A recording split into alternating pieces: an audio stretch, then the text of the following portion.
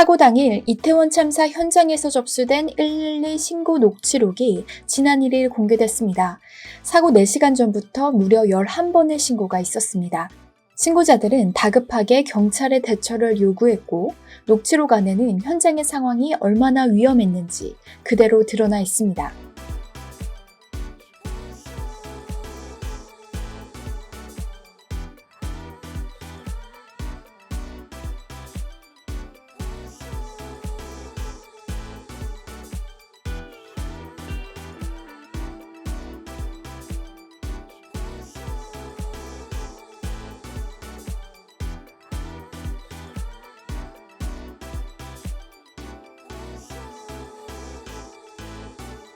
신고자들의 내용을 종합하면 이미 4시간 전부터 위험 상황은 다수 발견됐고 대부분의 신고에서 굉장히 정확하게 위험 장소를 특정했을 뿐만 아니라 압사 사고의 가능성도 확인할 수 있었습니다.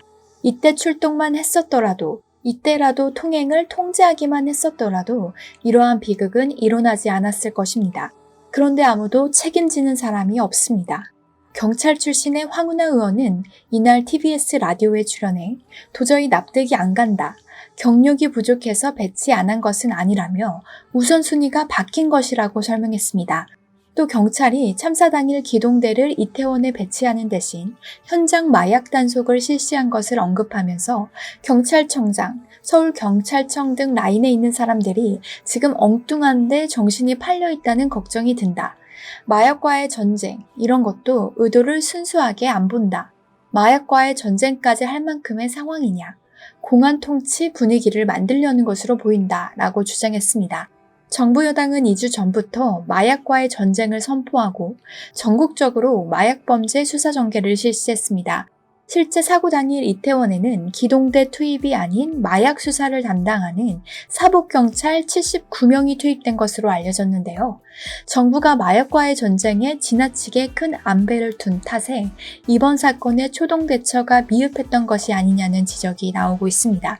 한편 사건 이후 새벽 2시 반부터 정부 서울청사로 이동해 회의를 주재했다고 알려진 윤석열 대통령.